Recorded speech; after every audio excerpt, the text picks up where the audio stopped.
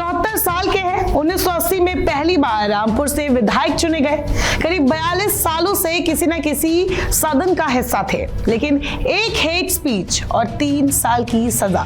Bell तो मिली, लेकिन विधानसभा की सदस्यता रद्द। अब शायद उनके पॉलिटिकल करियर पर भी फुल स्टॉप लग सकता है। ऐसे में आजम के पास अब कौन से रास्ते खुले हैं? हेट स्पीच देने के मामले में रामपुर एमपी एमएलए कोर्ट से सजा मिलने के बाद समाजवादी पार्टी के वरिष्ठ नेता और रामपुर के विधायक मोहम्मद आजम खान की विधानसभा सदस्यता समाप्त कर दी गई है। मतलब रामपुर की विधानसभा सीट खाली हो गई है। अब जल्द ही यहाँ उपचुनाव भी करवाए जाएंगे। विधानसभा अध्यक्ष सतीश महाना ने न्यायालय के आदेश मिलने के बाद शुक्रवार को आजम खान की सदस्यता रद्द कर दी। विधानसभा सचिवालय ने रामपुर सीट खाली किए जाने संबंधी सूचना चुनाव आयोग को भी भेज दी है। अब चुनाव आयोग इस सीट के लिए उपचुनाव की घोषणा करेगा। बीते 28 अक्टूबर को हेट स्पीच मामले में आजम खान को 3 साल की कैद और 6,000 रुपए जुर्माने की सजा सुनाई गई थी। अब चलिए बताते हैं आजम के उस हेट स्पीच के बारे में जो उन्होंने 2019 को दिया था, जिसके चलते आज उनका पॉलिटिकल करियर ही दांव पर लग गया है। दरअसल साल 2019 के संसदीय चुनाव में आजम खान ने एक सभा में प्रधानमंत्री नरेंद्र मोदी, मुख्यमंत्री योगी आदित्यनाथ और कांग्रेस प्रत्याशी के साथ साथ उस वक्त के डीएम को भी काफी कुछ कहा था, जिसके चलते उनका ये वीडियो भी वायरल हुआ और उनकी काफी आलोचना भी हुई। कुछ बोलने से ज्यादा अच्छा होगा कि आपको वीडियो दिखाते हैं। 6 गाड़ियों में भरकर नोट आए हैं, कलेक्टर तू अंधा हो गया। हमारे गरीबों के तो थैले देख रहा है। बीजेपी की 6 गाड़ियां तूने तलाश नहीं की, वो नहीं दिख रहा तुझको। बहुत उसूली बनता है। मैं बताऊंगा तेरे भाई के कारनामे। आ गई है उसकी भी रिपोर्ट मेरे पास। बताऊंगा तू कितने अच्छे परिवार से।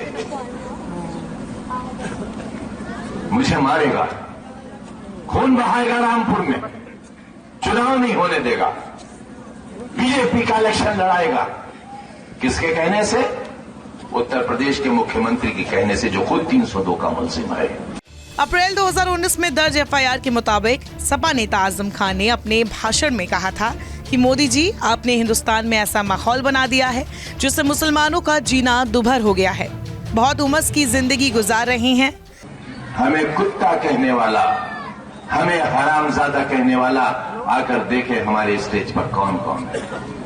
हम सिर्फ मुसलमानों की सियासत नहीं करते, हम इंसानों को जोड़ते हैं, हम इंसानों से मोहब्बत करते हैं।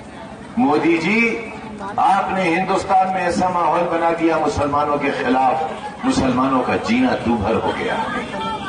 चुनाव में कांग्रेस के टिकट पर खड़े प्रत्याशी पर आजम ने गलत शब्दों का इस्तेमाल किया था। कांग्रेस प्रत्याशी के लिए कहा था कि वो सिर्फ मुसलमानों से वोट न मांगे, कुछ हिंदू भाइयों से भी जाकर वोट मांगे। कांग्रेसी सारा दिन मुसलमानों से वोट मांग रहे हैं ताकि मुसलमानों का वोट काटकर बीजेपी को जिता सके। मुसलमानों से भी अपील की थी कि जो तुम्हें अपशब्द कहते हैं उनसे बदला लो। उस समय के रामपुर डीएम आनंदजय पर भी आजम ने टिप्पणी की थी, जिसने तो लिमिट ही क्रॉस कर दी थी। आजम खान ने कहा था कि रामपुर में ये कैसा कलेक्टर आया है जो अपने साथ 3 अधिकारी लेकर आया है। 1 महीने में इस कलेक्टर ने रामपुर को नरक बना दिया है। दंगा कराने में कोई कसर नहीं छोड़ी है। डीएम के परिवार वालों के खिलाफ भी आजम खान ने अपशब्दों का इस्तेमाल किया था। वीडियो सामने आने के बाद इसकी शिकायत बीजेपी नेता आकाश सक्सेना ने की थी। इसी मामले में रामपुर के एमपी एमएलए कोर्ट ने अपना फैसला सुनाते हुए आजम खान को दोषी करार दिया। अब चलिए बात करते हैं इस सजा के साथ आजम के पॉलिटिकल करियर के चौपट होने की अटकलें क्यों लग रही है। जन प्रतिनिधित्व अधिनियम के तहत अब आजम खान की विधानसभा सदस्यता रद्द कर दी गई है। जेल की सजा मिलने पर आप विधायक नहीं बने रह सकते।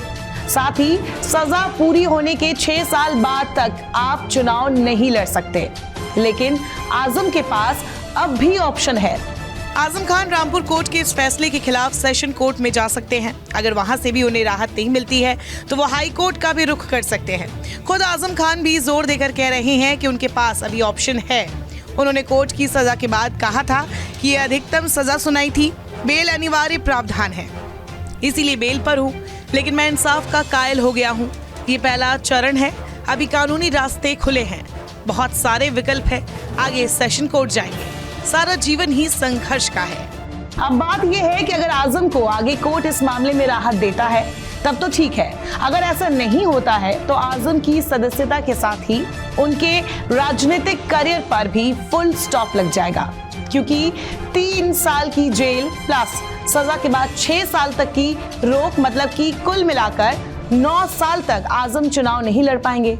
राजनेता के सियासी भविष्य के लिए इतना लंबा ब्रेक बहुत भारी होता है, खासकर जब आजम की उम्र 74 साल पूरी हो चुकी हो। नमस्कार, मैं हूं मानक गुप्ता। अगर आपको हमारा ये वीडियो पसंद आया हो तो इसे लाइक और शेयर जरूर करें, और हाँ, हमें सब्सक्राइब और फॉलो करना ना भूलें ताकि आप देश और दुनिया की कोई खबर मिस ना करें। तो जुड़े रहिए हमारे साथ और देखते रहिए न्यूज़ 24।